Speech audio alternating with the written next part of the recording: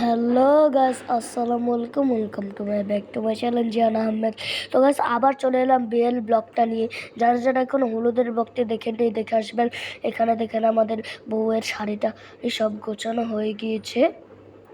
দেখেন গাইস, একটা অনেকগুলো শাড়ি আছে বউয়ের। তো গাইস দেখেন আমাদের বউয়ের কসমেটিকগুলো সাজানো কিন্তু হয়ে গিয়েছে। আমরা এবার বউয়ের বাসায় যাচ্ছি বউকে আনতে। তো গাইস চলো।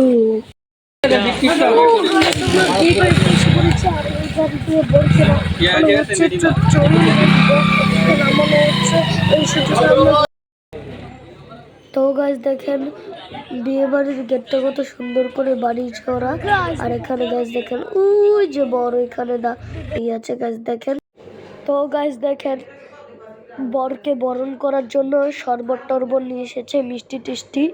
আর দেখেন গাইস আমার মামা ভয়ে ভয়ে বসে পড়েছে, শ্বশুর বাড়ির লোককে দেখে ভয় পাচ্ছে। আর দেখেন গাইস সবাই তো ফটো তুলছে। আর এখন গাইস আমরা ঢুকছি। দেখেন গাইস কত লোক। আর দেখেন এখানে খাওয়া দাওয়ারও প্যান্ডেল বানিয়েছে গাইস দেখেন। আর এটা হলো বাড়ির পুরো বিয়ে বাড়িটা আপনাদের দেখিয়ে নিচ্ছি। তো গাইস জামাইয়ের স্টেজটা আপনাদের দেখাবো। তো জামাই তো স্টেশন নেই, তো জামাইয়ের স্টেশন দেখে নিই, জামাইকে পরে দেখবেন। আসুন।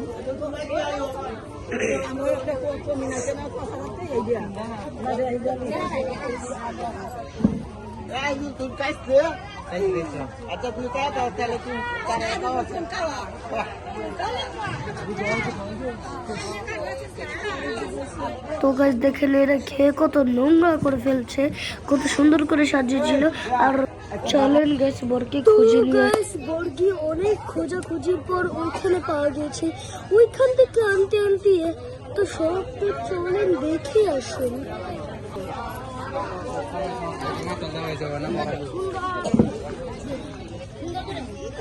এই যে গাইস আমাদের বর, আমাদের বরকে খুঁজে পাওয়া গেছে। তো সবাই লাইক করে দাও, সাবস্ক্রাইব করে দাও। তো গাইস সবকিছু তো দেখানো হয়ে গেল। চলুন গাইস আমরা এখন খেয়ে আসি, অনেক খিদে পেয়েছে।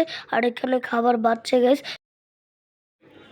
প্রথমে আমাকে ওরা একটু ভাজি দিয়ে দিল ওরা, তারপর একটু গরুর মাংস নিলাম। দেখেন গাইস, তো গাইস দেখেন একটা মাংস খেয়ে আপনাদের দেখাচ্ছি। অনেক মাংসটা অনেক ভালো হয়েছে, এর জন্য আমার বিয়ে বাড়িতে আসতে তো মন চাই গাইস। খাওয়া দাওয়া শেষ করে আবার এখানে খাওয়া দাওয়া করছে গাইস।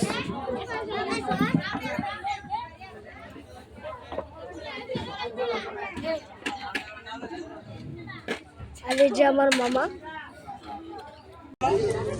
তো গাইস এবার আমাদের বিয়ের কাজ শুরু হবে, দুজনে চলে এসেছে। তোর আসে